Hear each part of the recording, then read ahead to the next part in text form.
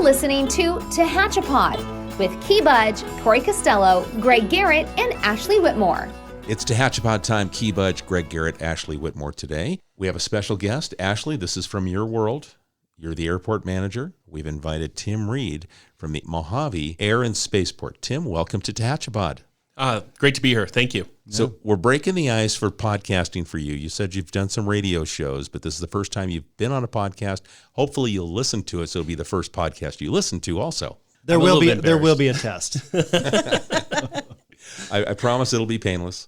We'll go through. We want to find out what's going on out in Mojave and just get a chance for everyone to get to know you a little bit and the journey that takes place with our neighbors to the east. Yeah, so again, Tim Reid is the CEO of the Mojave Air and Space Port. So welcome again, Tim. Why don't you tell us a little bit about the spaceport and the operations, and we'll just let you run for a little bit. Boy, that's a really, really big gap to have to fill in a very short amount of time. We'll cut you off if you're too winded. You've got 3 minutes. Okay, just a real quick one. So over Mojave Air and Space Port over in Mojave, we are both a general aviation airport, and we specialize in aircraft testing and concept testing, as well as a certified spaceport. So it's an interesting dichotomy, especially between the tenants and also the operations. Mojave we own and operate our own air traffic control facilities, our ARF facilities, our aircraft rescue and firefighting. We have lots of test operators in the rocket test site that's just to the north of the proper area of the airport. We have soon to be Pioneer Partners building the inland port. That'll be just to the north of the spaceport. And the reason why I bring that up is because we're working with Pioneer Partners to establish a relationship, because we are soon to be an intermodal facility. Hope to have air cargo operations associated with that operation as well, which will make the Air and Spaceport the first intermodal facility that can also go to space. So at least I'm claiming it. I think Colorado Air and Spaceport might have the upper edge on that because they were an intermodal facility before they were a spaceport, but let's see. Oh, I just thought because it's probably a higher elevation, but no. Okay. Well, let me ask you, air and spaceport. So for me, the guy who has no background in any kind of aviation, aero, anything. You've taken an airliner to somewhere at some point, right? Yeah, I did many years ago, but I choose not to anymore. Okay. Let me ask you, so air and spaceport, what does that mean? I mean, it's probably right in what the words are, but what is the difference between an airport and an air and spaceport? Well, there's airports and then there's spaceports, okay? There are 13 spaceports nationwide, most of them civilian. I forgot to mention Vandenberg and Edwards are obviously military. Mm-hmm. But of those facilities, what spaceports offer that airports don't is a operation that goes directly into space from that location. So typically spaceports, you have vertical or horizontal launch. Vertical launch is your traditional, you put a rocket into space by launching it vertically off of a stand. Then there's horizontal launch facilities. These are a little bit less, they're fewer and far between, but they will, I think, eventually take off, and we will see a bunch of them out there because the infrastructure already exists. Horizontal launch facilities are like Mojave, where we have a runway that a spacecraft or a launch aircraft with a spacecraft attached to it will launch from the spaceport off the runway, or recover an aircraft from space onto the runway. We do have an operator right now. We require a different type of facility licensure that we can obtain, but there's an entity that's very interested in having Mojave as an alternate recovery site for their launches. Okay, so that ties into having Brandon Wood from Straddle Launch on just a few days ago, where he talked about the rock and how the rock gets you up and then releases so they can go hypersonic or? Yep, hypersonic. Hey, I pulled that. Okay, I didn't know that term before, but I'm pulling it from the last podcast. To the podcast I again. did. Yeah, I did. Okay, so is it just horizontal launch for space, or do we have vertical launch capabilities there as well? We only have horizontal. And one of the reasons why, and guys, I'm an airport manager by trade, not a spaceport manager. This is my first spaceport, so I've had to learn a lot of really complicated stuff. But it's all about the math. Okay, and vertical launch facilities have to be able to, on their apogee, not cover any occupied space or very little occupied space on the ground because the risk of something happening. Population, people. Right. Okay. So this is not a great facility for that, for a vertical launch, because the rocket would have to go over an area that's populated if it was launched vertically. Now, one of my predecessors, Stu Witt, still thinks that we should be a vertical launch facility, but there's a lot of planning that goes into it. So I don't see it in the immediate future. I see the demand, but it's really kind of hard when we have a vertical launch facility on the coast here, Vandenberg, to have a spaceport so close by.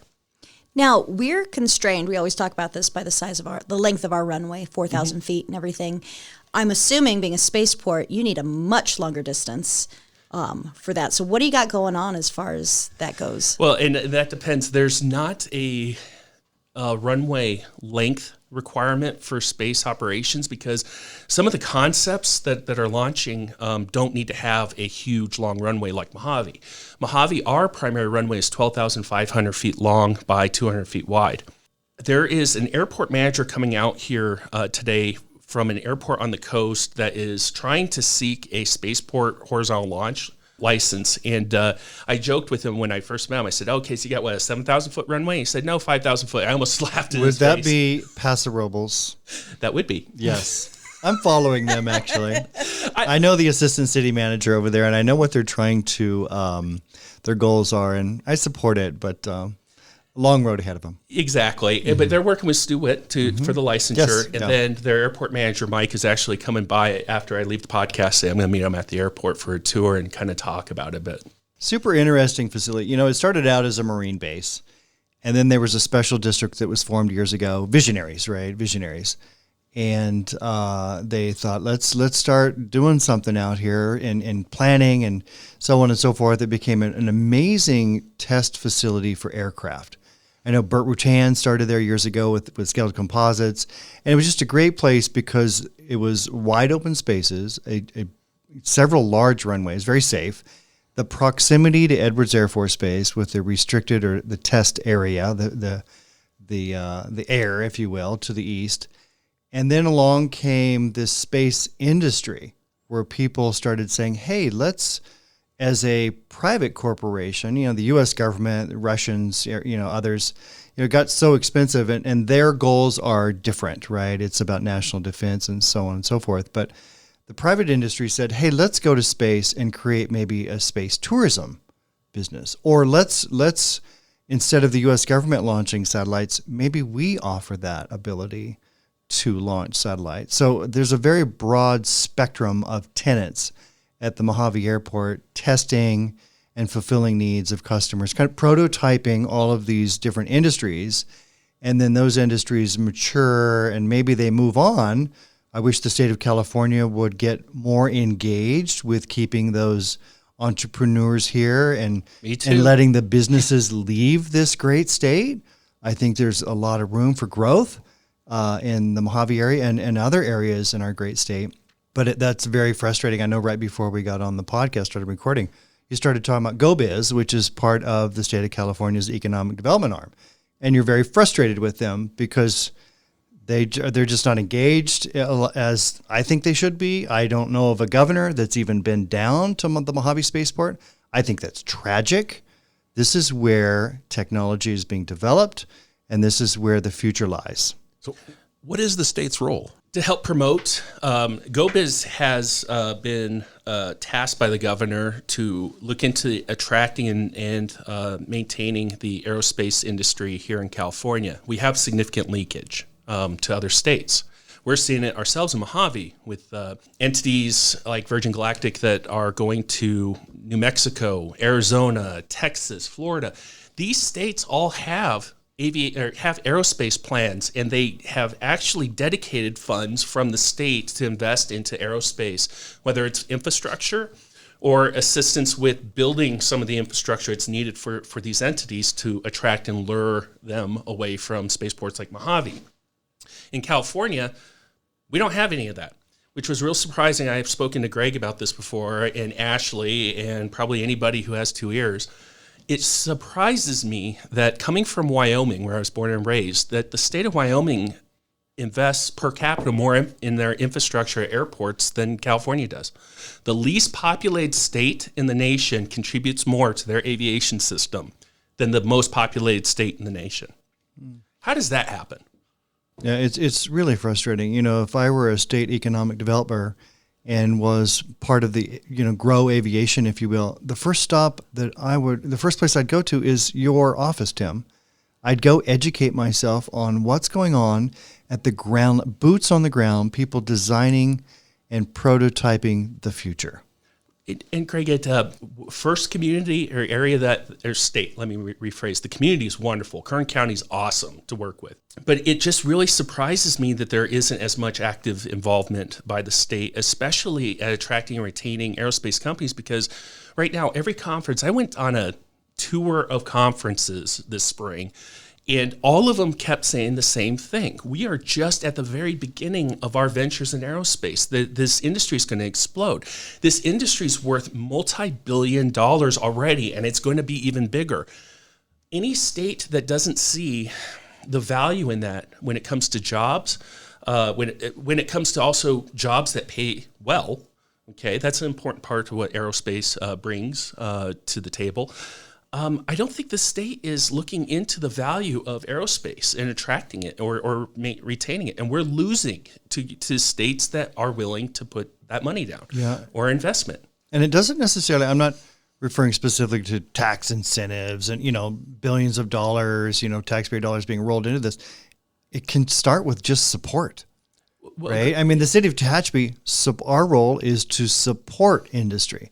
Aviation, ag, oil, mining, those sorts of things. We don't subsidize anybody. We don't write anybody a check. We're not in that business. And I think if you do your business well, if you manage it well, you don't necessarily have to write a big check, taxpayer dollars. You just need to support the industry. How can I remove obstacles? How can I create or change rules and regulations? How can I make it easier for you to succeed, still within the confines of being safe and appropriate, in the appropriate areas, right? You're not going to test a rocket in, the San Fernando Valley, but you're going to test it at Mojave, with the proximity to Edwards Air Force Base. It's the right fit. Don't go to Florida or Texas and do that. Stay here, please, and do it. And so kudos to you, Tim, for really beating the bushes and creating an environment where your tenants feel safe and secure and they can just do their job. They don't want to get caught up in the bureaucracy of the state. They just want to do their job. And that was one of the things I found interesting. We actually had a marketing video that we put out a couple of years ago, and I loved it. It was very good, very well done. And they talked about how we're an entity that is free of red tape. I'm not seeing it in my own office. Okay. So that's one of the things I'm trying to work with our staff and get them back into that mindset again of we deal with testing. We don't get to Mars by saying no. Okay. We have to be innovative in our approach and work with our tenants to get them what they need while also covering all our bases, safety wise and otherwise. So it's an interesting balance, but we're trying to get to that point again where it's like, if you want to test Mojave, it's streamlined. It's very simple. This is who you contact. This is the information we need. We're looking into this as well with the hypersonics and hypersonic corridors. Most people don't realize that right here in Mojave, we have access to 2 high-speed corridors that are provided both by China Lake and by Edwards Air Force Base. The reason why it's important, hypersonic flight over ground in the United States is prohibited because it's at Mach 5 or greater. There is a speed limit currently in the United States for aircraft that are overflying the country itself is at Mach 1. Some of these entities that have high-speed corridors, like Kansas, for example, I called the DOT director in Kansas. There's a whole corridor, high-speed corridor, over the entire state of Kansas, okay? I asked him, I said, what's the speed limit on it? Mach 3? Okay. Here in Mojave, we can accommodate anybody who's testing for high-speed and for hypersonics and supersonics because those military high-speed areas have no speed limits. Right? So it only makes sense that Mojave get into the hypersonic game because we're the only civilian airport that can accommodate access to those corridors in close proximity to them. And the military has provided access. The challenge is there's so many environmental steps that we have that any entity that wants to test has to go through. So we're trying to find a way to streamline it and make it a simple, hey, you know what? If you want to test your high-speed or hypersonic aircraft in Mojave, here are the steps, here are the departments that you need to contact. Have fun. Because it is very complex to get that approved. It sounds like CEQA for aviation. We need lots of homes, right? I keep hearing that all the time. You need millions of homes, but oh, by the way, you can't build those homes. And so we have aviation, the greatest test area probably in the nation, as far as I'm concerned, with Edwards and China Lake, the proximity, and all the open spaces in the Mojave Desert, and we can't even get from here to there. And then all the hard work is being done in Mojave, but all the benefit is being realized with the other community where they moved to. Virgin moved to New Mexico. Why did Mexico? Why they're reaping the fruits of our labor? Why can't we reap those fruits? Well, I think it's really telling when they have employees that absolutely refuse to move to New Mexico. Yeah. They chose Mojave over New Mexico. I was like, wow. Yeah. We have employees here whose spouses work for Virgin, and they don't want to leave Tehachapi. I don't blame them on that one. Well, I know we've been beating up on the state a bit, and you know what? They quite frankly deserve it. But let's talk a little more about operations. And I know that your tenants, they usually like to fly under the radar. They don't literally. Literally. Yeah, but some exciting stuff going on there. Is there anything you can talk about? I know we talked to Brandon from the Rock or the Stratolaunch Company a couple days ago last week. But anything else you'd like to share with us or can share with us? Did Brandon share about the 747 stuff? He did. Great. Yeah. Because just to Greg's point earlier, there's a lot of unique testing that goes on Mojave. We have to protect some of that because of the uniqueness of that testing, and for sensitive reasons. But so I always have to kind of ask around and see, did they publish that first before I can talk about it? That's usually my rule. If somebody else publishes it, you want your customer to publish it before you do. Exactly. Right. You might know, but you can't say. But so no, it's really kind of cool. Everybody kind of knows about Virgin Orbit's bankruptcy, which is sad because I love VO. I didn't grow up with them, but over the last 10 or so years, watched them grow. I've even applied to work for them at one point. And then I thought their concept was perfect and it would last forever, and it didn't. The concept is great. Strato purchased the concept. They'll have the 747. They'll use that for testing. They'll have multiple aircraft to use as a test bed. I think that's greater efficiency on Stratolaunch's part. Plus, they got some awesome technology. So really excited about that and see where that takes us.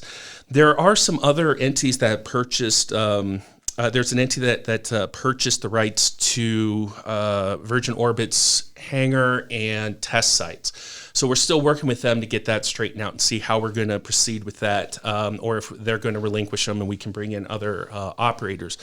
Believe it or not, in Mojave right now, Mojave's the most interesting airport I've ever worked at, because even when I did leases at one point in my career, I didn't have to play musical leases like what they do in Mojave. And that's because it's the type of industry. And I learned about this recently that was really interesting, is that the aerospace industry operates an awful lot like Silicon Valley.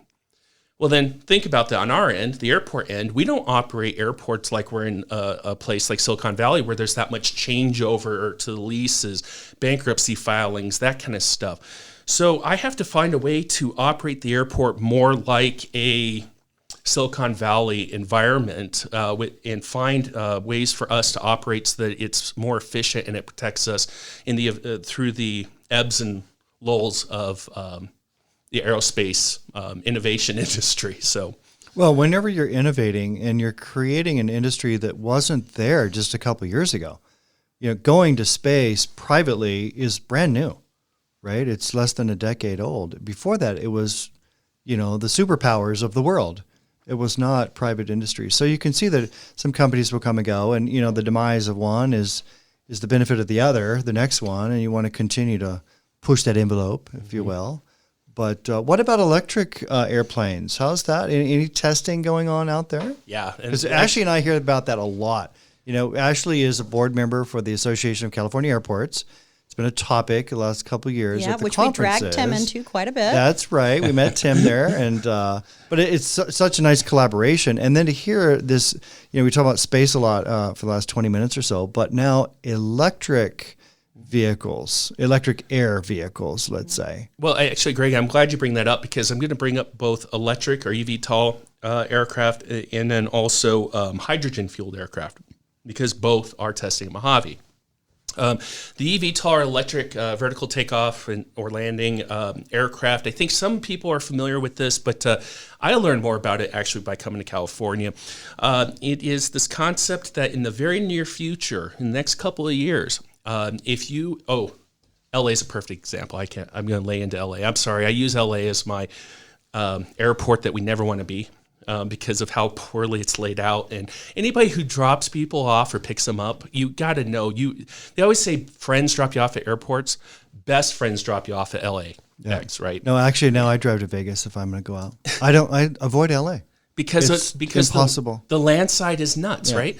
Well, so these this eVTOL concept is you'll have these veriports, okay, that are veriports, not vertiports, right? Yeah. All right. Someone will call Kia and tell him. Send them over my way to crash. We'll have to call Gil. But what it is it's, so like an air taxi. That's all. It's like a helicopter operation, only it's with a vertical takeoff and landing aircraft that's very small, can seat up to 6 people. The nice thing about it is you go to one of these veriports, it's like a remote parking lot. You go into the facility, you get on one of these little aircraft, which are completely automated. That'll be interesting in the near future to see how people will perceive flying on an automated aircraft. Well, drones are now delivering packages. Yeah. Well, it's just people are very skittish about that for some reason. But that basically you hop in this plane and it flies you over to LAX where you don't even have to do curbside, landside. You go through screening really quick, or you do screening at the veriport, and then you can just not bypass, but you go straight into the sterile area of the airport.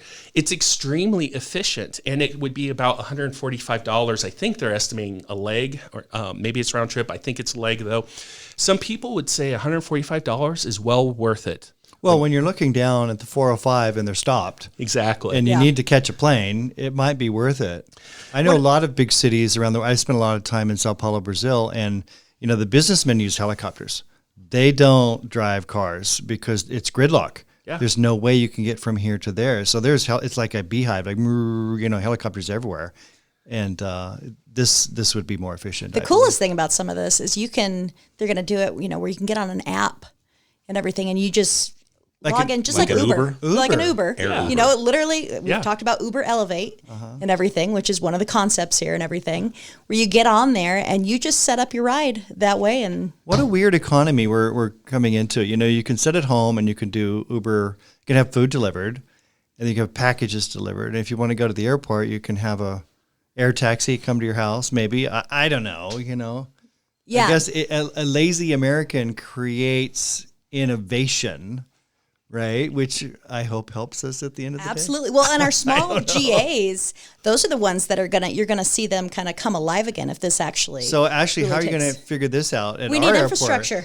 You read my mind. You finished my sentence. So we have our little airport here that may be a feeder. So how are you going to work? You're going to work with SCE and you're going to start getting some charging stations? Yeah, SCE. Is it the same Tesla charging station? Oh yeah, if you or work what with is it going to SCE, be? It'll be only 12 years. Yeah. But I mean, how's that going to work? I mean, the whole industry, it's like the electric car industry, I guess.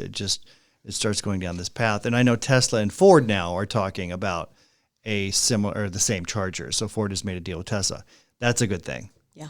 So, and that's one of the things that's one of the two things that we're finding challenging. And once again, not to poo-poo on anybody with the state or anything like that, but one of the frustrating things is that we are starting to see bills that encourage aircraft to be zero emission, green as possible, which eVTOL is one of those efforts that to meet that challenge here in California, along with hydrogen fueled aircraft. But the challenge that we have is the infrastructure. Right now, Mojave is tapped out on electrical, and just as what Ashley was alluding to, if we want to expand, we're looking at a long wait list, and there doesn't seem to be any real energy to no pun intended, energy to get things rolling and trying to expand, because a lack of power at Mojave is going to affect the inland port. It's going to affect the airport's ability to develop, the airport's inability to put in stuff like charging stations for eVTOL aircraft, And so that's one of the challenges that we're facing, that we're trying to meet the efforts of the state, but we're not getting any help to put in that infrastructure. Well, I think the state of California, I know the state of California is decades behind in their infrastructure planning. We talk about aqueducts, we talk about freeways, we talk about high-speed rail, we talk about power infrastructure. All of those things, we're decades behind and we're playing catch up, and that's really a shame. Which with having the economy we have, it just surprises me. It's holding us back. Well, you understand this because you alluded to this when we originally started talking. You know this from being an airport manager, but airports have an economic multiplier effect on a community. For every job that the airport has on the airport, whether it's with Strato, Virgin Galactic, whatever, that accounts for so many dollars pumped into the community, the local community. So you're welcome, Tehachapi, because I know a lot of people work there, live here. You're welcome, giving you an employee base. Yeah, thank you for the employee base. But I think that that's important. Most people and airport managers that know this and understand this really try to remind the community of that.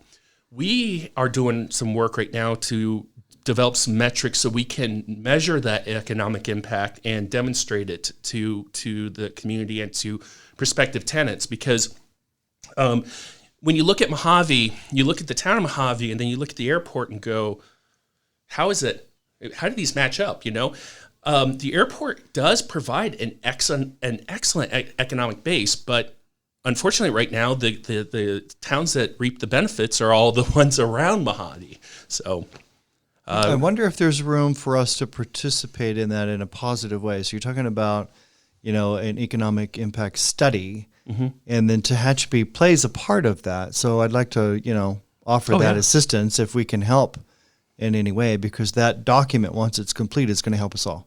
Absolutely. Yeah. No, you guys have been great. I didn't expect this conversation, actually, Key. We're talking about all the, well, maybe I did. I was thinking more aerospace and space, but we're talking about really the nuts and bolts that we need to do as local government leaders to help and assist and clear the way for your prototyping and your entrepreneurs, which in turn feeds back into our positive system. So that's really what we do in Tehachapi. So this has been a unique conversation, Tim. Oh, no, guys, there's so much more to it. And I didn't even get to talk about the hydrogen fuels. Yeah, do it. I was just going to ask you about that. Do we have time, Keith? Yeah, We have time? absolutely. Okay, great. As long as you have time, Tim. Oh, no, guys, I'm a scattered brain thinker. I'll just pull things out of the air and confuse you. I just wanted to touch on that really quick. We do have 2 hydrogen aircraft engine test companies, potentially developers, that are going to test in Mojave in the very near future. And so one of their requests was, can we have available commercial grade compressed hydrogen gas? Well, so an airport is kind of like a gas station, but more regulated. So we are actually working with our brand. Our brand is AvFuel, which is just like a Shell or a type of gas station brand. That's the same for FBOs. We're trying to find out right now, how can we sell hydrogen fuel where we can do it legally, safely, and what do you charge for compressed hydrogen fuel in aviation, right? We stand to be the first airport to have commercial grade hydrogen fuel for sale for aircraft in the very near future. Now my mind is just kind of going a little crazy. So hydrogen, they're tankers. They bring it to you. Yeah, well, they're like, because you say hydrogen, people get concerned, right? Yeah, and me too. And I mean, I'm like going, didn't the Hindenburg teach us anything, right? Yeah.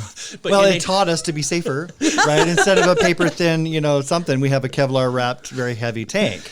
A very heavy tank, I mean, when you're talking about aviation, that's problematic also.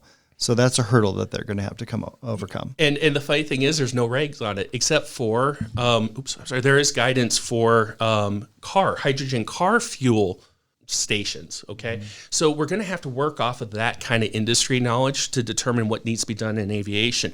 It's shipped in these compressed cylinders. It's a trailer with the compressed cylinders. There's a way that we need to store it in a manner that's consistent so it doesn't create a leak or anything like that. But what's really interesting, though, the second part to it, we were talking about our power demand needs. One of the things the airport's looking at with Pioneer Partners, and there's a lot of work to be done on this because we got to figure out how we will do it. But we're looking at the feasibility of having our own microgrid that's shared there. Now, if you have a microgrid and you have solar panels, you can produce your own hydrogen using a electrolysis process. So the goal is, if we go down that road at Mojave and have a microgrid with solar panels, we will have a hydrolysis device so we can harvest and manufacture our own hydrogen. It sounds like scientists, highly paid, highly educated people figuring out the future. And let me ask a stupid question. Is hydrogen considered clean fuel, a green? Absolutely. Yeah, okay. I was 99% sure, but I wanted to ask, in case there's anybody out there, maybe I'm the dumbest one in the room, I'm not sure. But here again, why isn't the state of California sitting across your desk helping you figure out how this is going to work? Right? I mean, because we talk green energy all the time. Mm-hmm. Why not create that green energy procedure, policy right here? To help the aviation industry. Yes. Maybe somebody from the state will listen to this, Key. I hope so. Well, somebody that can do something about it. I think the conversations that we have with our assemblyman, our state senator, and I think that's probably, one of our first avenues that we can share this conversation with, maybe send them a link to the podcast so they can listen and go, hey, there is something the next time they're in a panel discussion that they can bring up and say, hey, we need to address this. Because I think that, that is something that we have. We've got good relationships with Assemblyman Vince Fong and State Senator Shannon Grove, and they're not afraid to respond when we approach them. They've been great. Yeah, we have a picture with Shannon Grove together. We do. I have a picture with Shannon Grove, myself, and Dolly Parton. It is a cutout, but still. It's in her office. It's awesome. But let's talk a little bit about some of the other activities that take place at the facility. And then you guys, is it a monthly event that you take place, or at least I've heard something crazy? Plain Crazy Saturdays. Yeah. And I think it's the second Saturday of each month. It's currently ran by the Mojave Air Museum, I think, or Transportation Museum, I'm sorry. Mm-hmm. And they're wonderful. Kathy Hansen leads it up. Kathy Hansen is a staple of the airport. Oh, she's a pillar. She's wonderful. She's been active at the airport all these years. But Kathy, we need to find a way to kind of pump some more energy back into that Plain Crazy Saturday. So we're talking with her. I might assign a permanent staff member to assist with planning out these events in the future, because we also don't have a line of succession for Kathy, because Kathy's going to have it one of these days. She's just going to be like, I don't want to do this anymore. I don't blame her. So we need to have some airport participation in it. One of the things we're trying to research right now is the feasibility of holding it actually on Sundays. I know that that's going to be kind of risky, but the reason why is because our fuel sales are so low on Sundays that we never staffed for fueling on Sundays. So we don't offer fuel sales on Sundays. I've had a lot of complaints about that, and I agree. I'm like, you should sell fuel 7 days a week, guys. But they're like, well, we can't justify having somebody here if nobody buys fuel. So they can come to Tehachapi. Oh, there you go. You guys do have great fuel prices, saying. but dang it. Yeah, Walked right into that so one. Plain Crazy is where people that own airplanes push them out of their hangars, so you can look at, it's kind of like a display, not an air show, but a display show. So they'll push them out of their hangars. People fly in from all over, and everybody just kind of looks and admires, and The public's welcome. yeah, Yes. and the Voyager Cafe, the airport's open, and you can look at all the different types of airplanes that people have built, designed, and built themselves. Kit planes or manufactured planes, Cessna, Beechcraft, so on and so forth. But Well, and yeah, Kathy it's just a usually great puts on time. a good presentation too. I know I got. There's usually a speaker. Yeah, she's got a speaker there. One of our tenants is actually the speaker this time around. I can't remember off the top of my head who it is, of course. Mm-hmm. But no, it's good for the public to know they can go out there, because I think a lot of people, even from Tehachapi, their view of Mojave Air and Spaceport is looking at the boneyard off of the 58. Mm-hmm. So they don't know they can actually go over there and check it out during the month. We don't like Good them times. to do that, but yes. Yeah. One of the, that's one of the things I've really been trying to focus on since assuming this role, is trying to get more community involvement. And I'm very grateful for being in Kern County and this area because there's a lot of resources for our community. It's just how do you tap them? How do you get them all put together in a nice pile and working in lockstep, right? So that's one of the things that we really are focusing as well is how do we do like Tehachapi? You guys have a great STEM program, right? We want to offer something like that, but we used to do boot camps, and I'm like, why don't we get back to doing boot camps again? Awesome. Hosting communal events to get the kids out here and get them in the door early for aviation. Because, okay, there's 3 of us that work in aviation. When did we fall in love with aviation? Was it after college? Was it, somewhere in our 30s? Probably happened when you were in your teen or younger years, right? An airplane flies over and you can't help but look up, right? It's just cool stuff. What sucks right now, it's something that's great for us to improve on, but we don't have those dots connected with general aviation. So we don't have flight training at Mojave right now, which just baffles me because we have not only a bunch of flight instructors like myself that are available, we have a designated examiner, Greg Morris, the CEO of Scale Composites. So we have somebody that can do the private pilot check rides that's on the airport. We just don't have a plane. So we're trying to figure out some of those problems, but it's linear. It's a linear connection. If I can get your attention when you're a young teen that wants to go into aviation, and then when you're in high school, you come out and you tour the facilities and you suddenly decide you want to be an aeronautical engineer. Awesome. You want to take up flying lessons. When you're like 16, you turn 16, you can start flying. That's our entryway into aviation and also to the airport. So we should have a flight training school. You learn how to fly. You buy an airplane. You rent a hangar. You become an aeronautical engineer and you want to base your really badass airplane. Really cool airplane. That's all right. We won't edit that out because it was appropriate.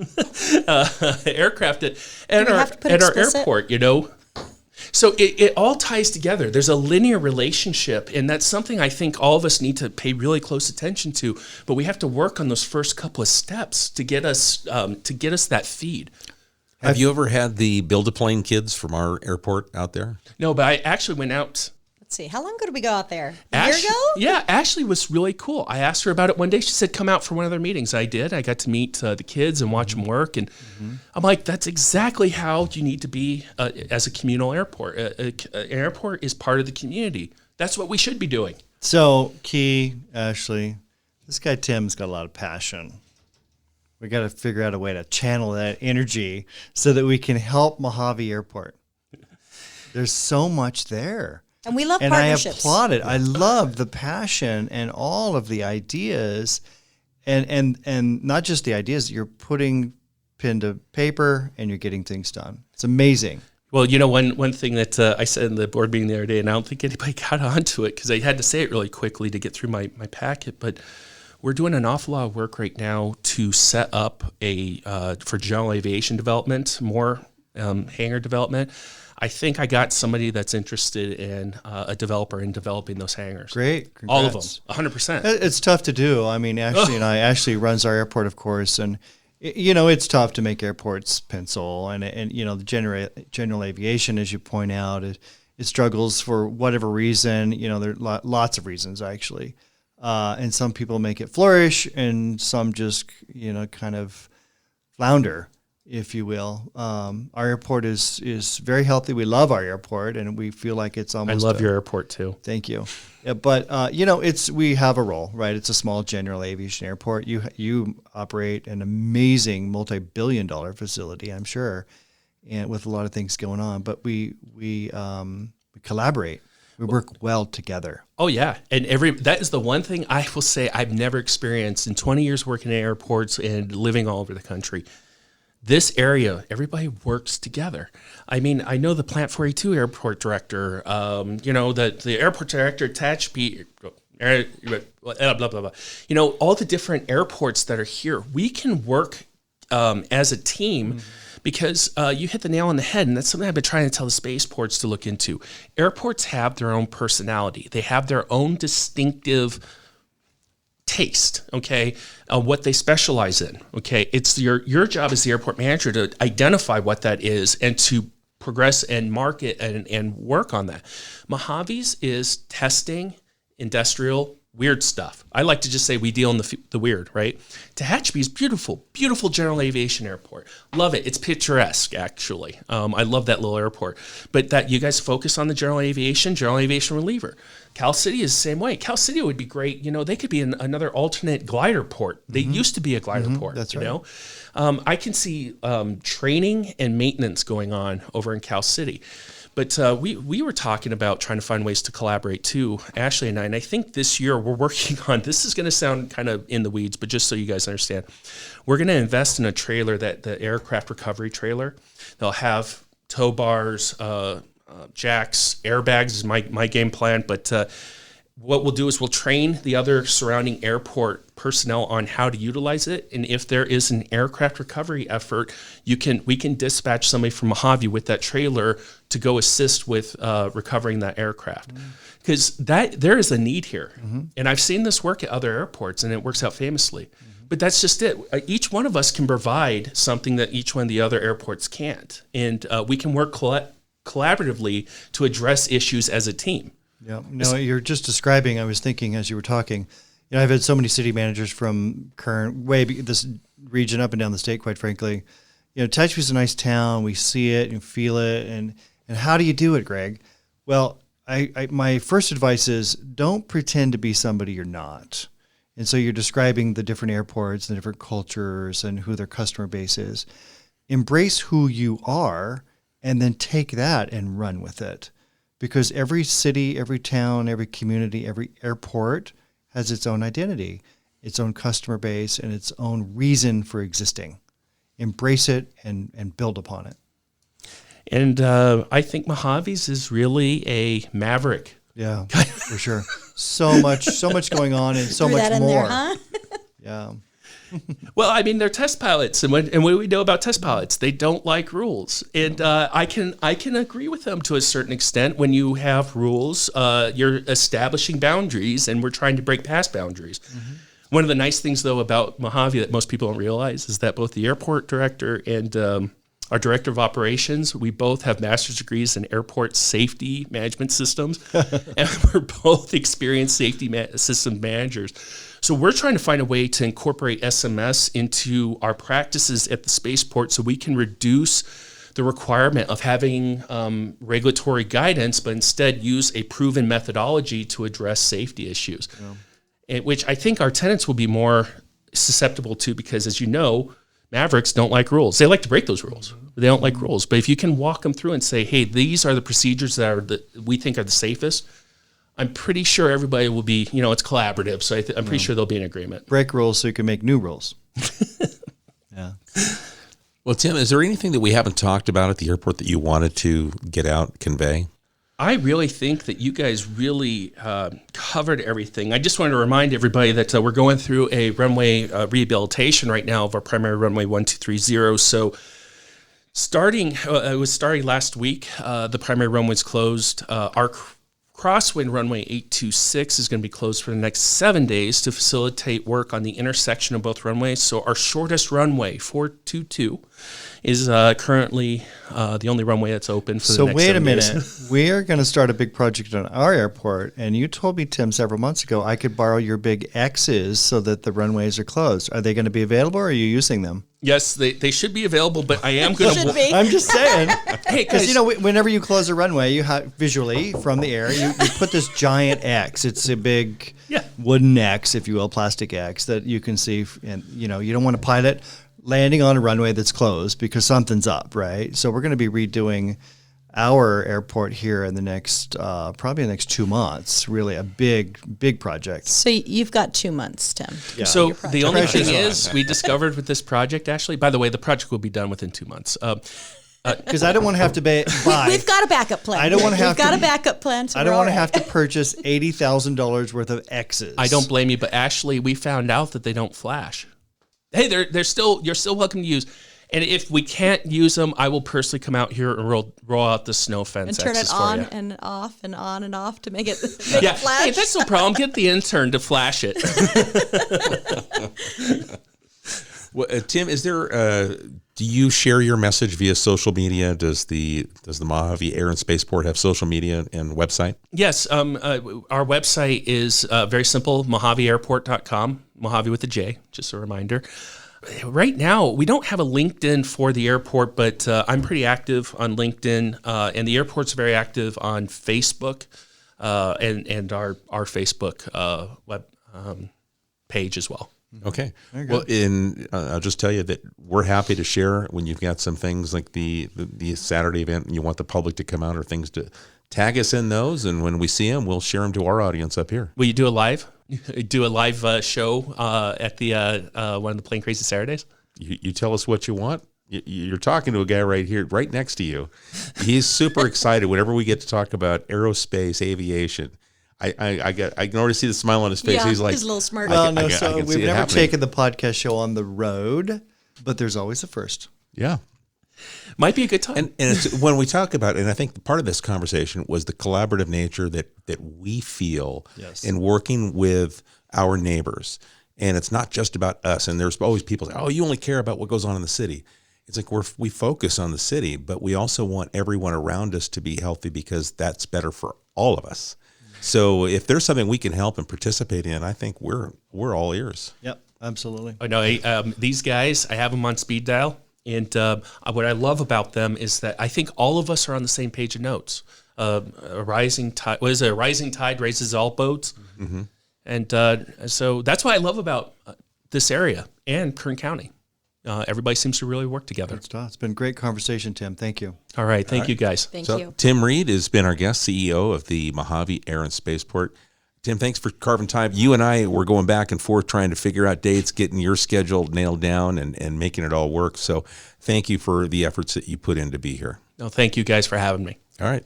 Ashley, anything in closing? No, nothing for me. I think Great. we're good. Thank you again, Tim. All right, folks, if you've got a thought or a question regarding the conversation we've had today, you can send it to us at media@TehachapiCityHall.com, and we'll forward it to Tim. It's for Tim or if it's something for us, an idea, suggestion, we're happy to hear it. We just appreciate the time you spend with us, and we'll catch you again soon right here on Tehachapod. Tehachapod is a conversation about Tehachapi, featuring the community members who make this such a special place to call home. If you have a question or a thought you'd like to share, email media@TehachapiCityHall.com.